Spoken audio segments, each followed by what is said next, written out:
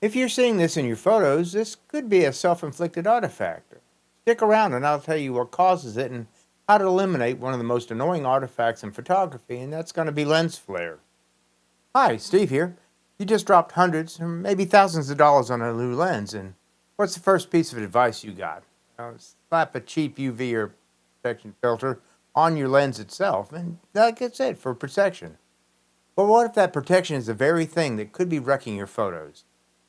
So, what if the solution to a problem that you might have one day is actually creating a definite problem with every single shot? Well, we're going to settle this debate with real world evidence so you can decide for yourself. Is that filter for your lens your best friend or actually its worst enemy? Let's be honest. The main reason you probably have a filter on your lens right now is out of caution. Look, you just made an investment, and the very thought of a branch or a gust of sandy wind or water spray or one clumsy moment destroying that perfect front element is absolutely terrifying. That's why the camera store is so quick to sell you one. They call it a cheap lens insurance. You know what? Not entirely wrong. Think of it like a car bumper. It's a sacrificial part, it's a way cheaper to replace, and it's designed to take the hit so the more important, expensive stuff doesn't get damaged. A quality filter absolutely can protect your lens from scratches, dust, fingerprints, and even moisture, but wiping off a smudge on that flat replaceable filter is a lot less stressful than cleaning that delicately curved and specially coated front element of a lens that costs way more than some people's cars. Now, for years, photographers have relied on them as a shield against the elements, like salt spray at the beach or dust in the desert or a gunk off a busy street. Now, the logic is solid. It's better to replace a $100 filter than it is to pay $500 for a lens repair. So, the common wisdom isn't crazy, it's practical, but it's really actually only half the story. Now, for part of the conversation that usually gets skipped at the checkout counter, every single piece of glass you put in front of your lens has the potential to degrade your image quality. Your lens is an optical masterpiece, and with the elements precisely shaped and coated to guide light to your sensor as cleanly as possible, when you stick a leather piece of glass in front of that path, especially a cheap one, you're introducing a wild card that the designers of the lens never planned on.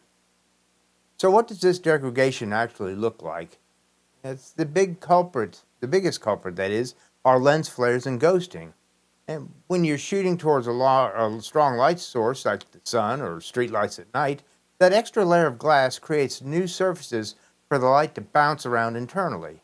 Now, this causes those hazy blobs and weird, colorful artifacts that weren't actually there. These reflections actually kill your contrast and make the image look washed out and actually muddy. And it's not just about the flare. While tests show that high-quality filters have a tiny, often negligible impact on sharpness, a cheap, low-quality one can absolutely soften your images. It's a real problem. A cheap filter can do everything from slightly reducing the sharpness to adding weird color cast. Look, you paid for a tack-sharp lens, but that $10 filter you just screwed on is making every photo less crisp. It's like driving a sports car with a handbrake pulled up just a little bit. You're simply just not getting the performance you paid for. If you're finding this helpful and starting to second guess what's in your camera bag, go ahead and click the like and subscribe button. Next, we're going to dive into how to tell the good from the bad and exactly when you should and shouldn't use a filter. Let's burst a huge myth right off the bat here. The term UV filter is mostly a fossil from the film days. Film was sensitive to ultraviolet light, which could cause bluish haze in photos. Your digital camera sensor already has the UV and IR filters built right into it, so that makes the UV blocking part of that filter of your digital camera pretty much pointless. Today, a UV filter is shorthand for a clear, neutral protection filter. Here's the most critical fact to burn into your brain. A bad filter is worse than no filter at all. That's a golden rule. By putting a cheap, uncoated piece of glass on a high-end lens is a photographic crime. Low-quality filters are notorious for causing that kind of flare and ghosting and color shift that we just talked about. They're missing the advanced coatings that high-quality filters have. So, what makes a filter good? It comes down to two things. One, the glass itself and the coatings are on it. Reputable brands like B&W, Breakthrough, and Polar Pro, that's just to mention a few here, use high quality optical glass that's perfectly clear and free of distortion. But the real magic is actually in the coating. Modern, high-end filters often have multiple, and sometimes dozens of nano coatings layers on both sides of the glass. Now, these coatings do the heavy lifting. They slash the reflections, which minimizes the flare and the ghosting. They also improve on light transmission, ensuring you get the maximum sharpness and contrast out of your lens. And many now have hydrophobic and oleophobic properties, which repel water and oil, making them a lot easier to clean. That price gap between a $15 filter and a $100 plus filter isn't just marketing, it actually reflects the quality of the glass and the sophistication of those coatings. Protecting an expensive lens with a cheap filter is really false economy. You're protecting the hardware at the direct expense of what it was made for, and that's creating amazing images. So what's the bottom line? Should you use one or not? Well, the truth is there's no single right answer here. It's a strategic call that depends entirely on risk versus reward calculations for your specific situation. The real skill is knowing when to use one and when to take it off. So let's go ahead and break down these into scenarios. When you should absolutely use a protection filter? Well, think of this as a risk assessor. The chance of physical damage is high and the filter goes on then. At that point, you don't want to take chances. This includes, tough environments like shooting through on a windy beach or a dusty desert. Sand can permanently etch in your front element, so use a filter. Near the ocean with a salt spray in the air, or by a waterfall with constant mist. A protection filter is a wise choice. A filter is much easier to clean and helps protect your lens coating from the long-term damage that residue can cause if not cleaned off. And shooting off-road race where rocks might fly, or hiking through a dense forest where a branch could smack your lens, go ahead and put a filter on that. It's a wise choice.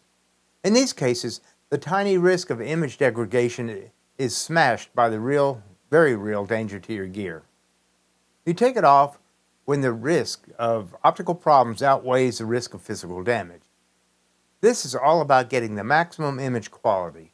The number one time to remove any filter is when you're shooting into a bright light source.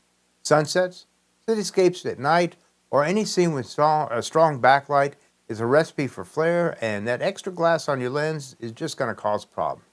Even with the best filters, this can introduce some flare, and that's in extreme situations. Taking it off eliminates the variable.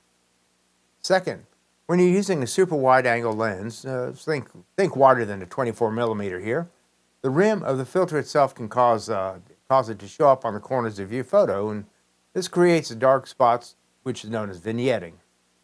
A slim filter can help, but for maximum quality on your ultra-wide shots, the safest thing is to go without the filter completely. And this is a non-negotiable rule for photographers of all levels. Never stack filters. If you need to use a circular polarizer or a neutral density filter, take off your protection filter first. Stacking a UV filter under another filter is just asking for trouble. You're creating a glass sandwich that dramatically increases the risk of flare, sharpness, vignetting, and ghosting. Your polarizer or neutral density filter are now serving as a protective layer and making the UV filter totally redundant and unnecessary and can actually harm your images. Finally, if you're in a controlled environment like a studio for portraits or product shots, there's really no need for a protection filter at all. The lens is not in danger. In these situations, let it go naked. Get every drop of optical quality that you paid for. So, are protection filters a vital tool or a total pain in the butt? Well, they can be both. The key is to stop thinking like an absolutist and start thinking like a strategist. A filter is a tool that you use for a specific job and not a permanent part of your lens. For beginners, the advice is straightforward. You buy a single high-quality multi-coated filter from a trusted brand for your main lens. Now, you can leave it on for day-to-day shooting just to build your confidence, but get in the habit of taking it off when you're shooting sunsets or at night. For more experienced photographers, that filter should probably live in your camera bag, not on your lens. You should be making a deliberate choice to put it on only when the environment calls for it, like when you see sand, water, dust, or flying debris. In every other scenario, trust your lens hood for a bump protection and trust your amazing optics to do what they're designed to do. The ultimate takeaway is this: never put a cheap piece of glass between your expensive lens and the world. Invest in quality if you decide to use one, but more importantly, learn to recognize those moments where the absolute best filter is actually no filter at all. So, what is your take on protection filters? Are you an always on or an always off or when necessary type of shooter? Let me know in the comments. I'd be interested in hearing that, and I do read every single comment. Now, I hope this information has given you some help, and until next time, this is Steve. I'll catch you in the next video.